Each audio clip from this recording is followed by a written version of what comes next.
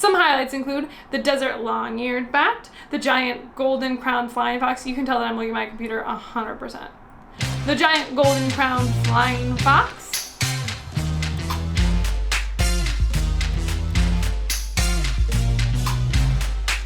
Hello and welcome back to my channel. Today's video is one you might call classically Ashley. At least that's what I'm calling it. I've said it once and I will say it again. It is always important to have animal facts in your pocket as like a backup conversation starter. If you agree that animal facts are important, make sure that you like this video and also make sure you're subscribed so that you don't miss any more of this riveting and important content that I'm about to give to you. Oh yeah, so that's what this video is. It's animal facts.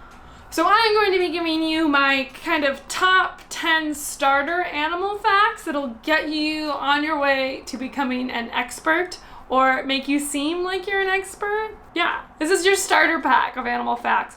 Starter pack of animal facts is so good.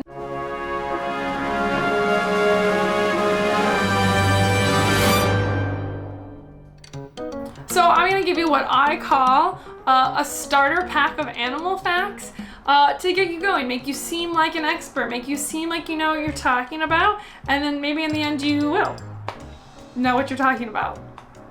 Or you just get to talk about animal facts, which is like honestly the highlight of my day every day. Number 1 is knowing the difference between venomous and poisonous. I find this to be very important. So this is a great one because I feel like people often use these terms interchangeably, and I'm sorry, that is wrong. What that means is kind of easy to slip into a conversation because you can be the person who is like, I think you mean venomous. And then people will be really impressed, right? The difference is actually pretty easy. It's actually just how the toxin is delivered. So venom is injected and poison is secreted. So animals like snakes that have fangs or scorpions that got like the little pointy end on their tail, they're venomous. And then animals like frogs are poisonous. I came across a graphic once that was really helpful, and it goes, if it bites you and you die, it's venomous. If you bite it and you die, it's poisonous. So there you go. Also, did you know that there are venomous mammals? It's terrifying. 2.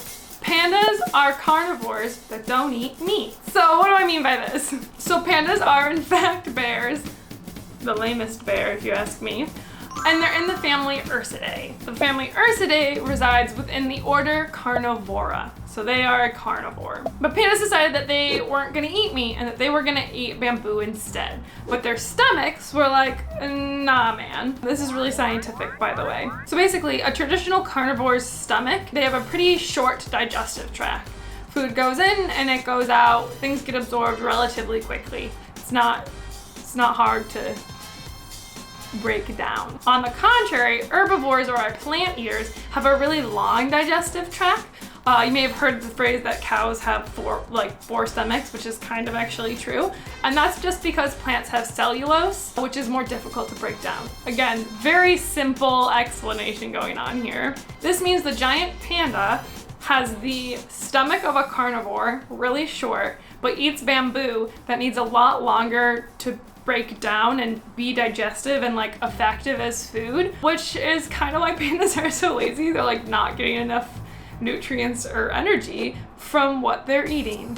So I really like this panda fact because I feel like people talk about how much they like pandas all the time, and this is a way to explain to them that pandas are kind of lame. I regret nothing. Pandas are lame. Number 3 is woodpecker tongues. So I feel like all the time people are questioning woodpeckers, like what are they doing? Why are they making all that noise? Don't they get headaches? Well, I have the answer for you, and I don't know that you will believe me.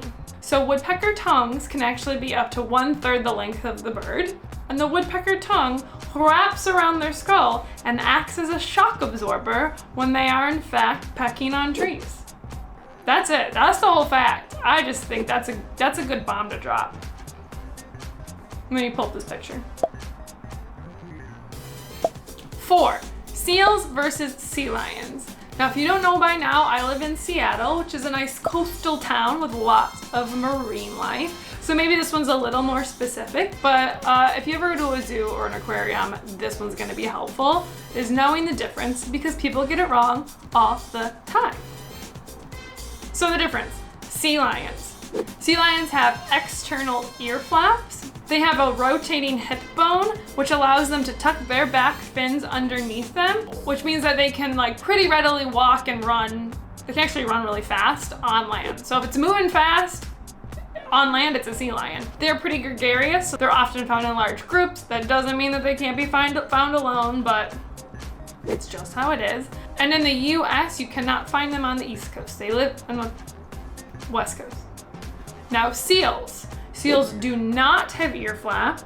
They only have ear holes. They don't have a rotating hip bone, so on land, they kind of look like a large caterpillar. They kind of just scoot along. So if it's moving slow on land, it's a seal. If it moves really funny on land, it's a seal. They tend to be a bit more of loners. That doesn't mean you can't find seals in large groups, but they like to hang out by themselves a lot. And then you can find them on both coasts of the United States. Got it? Side story, I was a docent at the Buffalo Zoo and they have one of those penny making machines. And on the penny, you print, squish, you know?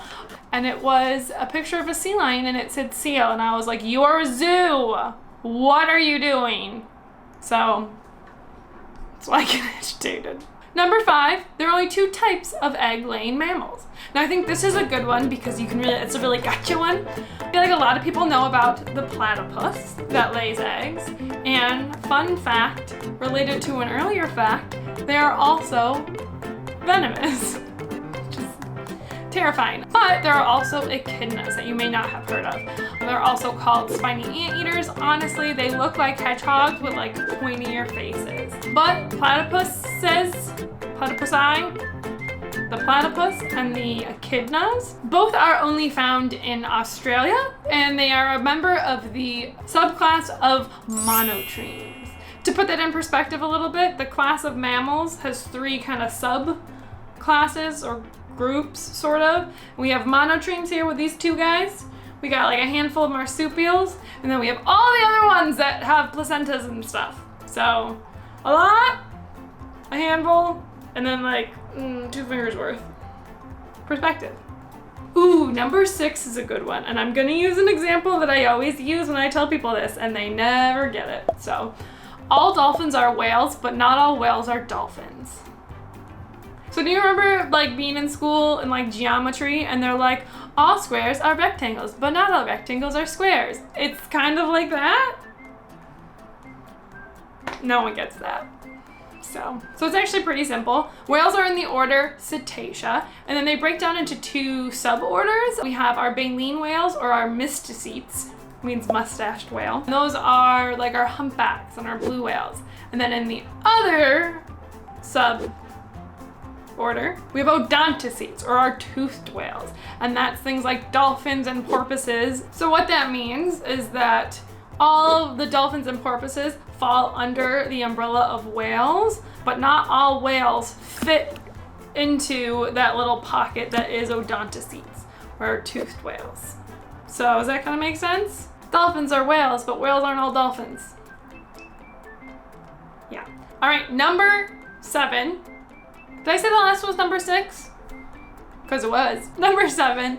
This one's fun because it kind of can eke people out.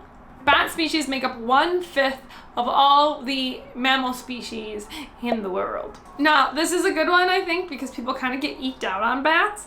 And they shouldn't, because bats are cool, and sorry, but they're everywhere. Now, a big reason that they're everywhere is because they're the only mammal that can truly fly. And so they've kind of filled this giant hole where they're like, there's no mammals here. Let's get a lot of us in here. But there are roughly, back when I was in school, it was like 5,000 species. But I guess there's a rough estimate of around 6,000 identified mammal species, and about 1,200 of them are bats. Some highlights include the desert long-eared bat, the giant golden-crowned flying fox, and the sucker-footed bat. This is, again, just a nice sampling of the diversity of bats.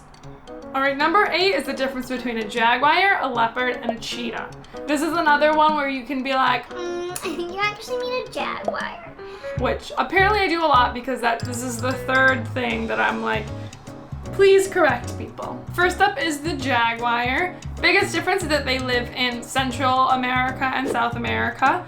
They have a much larger, stockier body, like very muscly. And if you look at their spots, they have these rosette-shaped spots with a dot in the middle. Dot is important. Don't forget the dot. Next up, we have leopards. First off, they live primarily in Africa and Asia. They have a much longer, leaner body. And then if you look at their spots, they also have the rosettes, but there's no spot in the middle, and they're usually kind of thicker and like more clumped together. And then lastly, we have a cheetah, which I think is the easiest to tell apart. They also are found in Africa, and then there's a very small population in Iran, weirdly enough. Who knew? They definitely have the leanest body. They definitely look the most different in body type. And then as for spots, they have just dots. Just dots. Oops, all dots.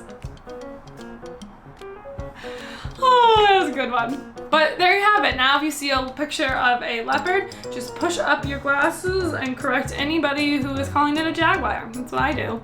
Number 9. This one's easy because it's just very relevant to if you're outside in the United States, I feel like. European starlings are everywhere. And there is a very specific reason that they are everywhere. And that's because in 1890, a man named Eugene Schieffelin, chairman at the time of an organization called American Acclimatization Society, an organization dedicated to introducing European flora and fauna to North America for cultural and economic value, but like clearly didn't care about the environment or ecology. Anyway, he decided it was a good idea to release all the birds mentioned by William Shakespeare into Central Park. So that's what he did. And then European starlings didn't really have any predators, and they found a niche that worked, and now they're super invasive. Now, European starlings, you've probably seen. I actually think they're kind of cute. They are like in between the size of like a sparrow and a robin. They have this like iridescent tealy back with light colored spots, and they have a yellow beak. But now they're literally everywhere, so thanks, Eugene. Number 10, Tibetan foxes. Their existence is the fact. I just look up Tibetan foxes. I'll give you a second because I want you to have this moment that you will now give to other people. They're just wild looking foxes. They look like if you asked a child to draw what they think a fox looks like, and then that became real life. Knowing that they exist is all you need. It's a great, like, what kind of fact. And that's it. 10 animal facts to get you started in your animal expertise, make you look smarter, sound smarter, and really get that conversation going. I am a monster. Let's be real, this was just a very almost not creative way for me to share animal facts on my channel, but animal facts bring me probably the most joy in my life, so sharing them just like amplifies the joy. But I hoped at the very least you learned something new. Let me know your favorite animal fact, or like the animal fact that you tell people that makes you feel like an expert. Drop that down below, or let me know what was your favorite fact that I shared. I don't know why I said it like that. Let me know if I should keep going. You want 10 more facts that'll make you feel like an expert or get you on the way. Also, full disclosure, I am not an expert. I'm an expert in sharing animal facts, which doesn't make you an expert. But if it also brought you joy, make sure you give this video a big ol' thumbs up. Only comes in one size, but we'll pretend it's big. Make sure you're subscribed so you don't miss any riveting content like this. And I'll see you next time.